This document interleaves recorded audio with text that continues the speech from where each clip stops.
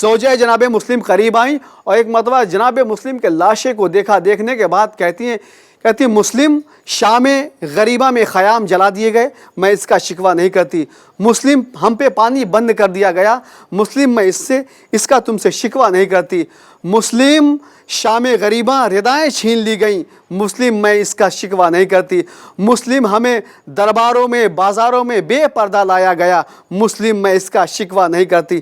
ہاں مسلم بس اتنا بتا دو کہ 2 بیٹے میں کربلا لے کے آئی تھی، 2 بیٹے تم کوفہ لے کے آئے تھے، مسلم وہ دیکھو جو 2 بیٹے میں کربلا لے کے آئی تھی ان کے سر نو کے نیزہ پہ بلند ہے، مسلم بس اتنا بتاؤ کہ وہ میرے دونوں بیٹے کہاں ہیں جنہیں تم کوفہ لے کے آئے تھے۔ شہید ہو گیا پیاسا حسین،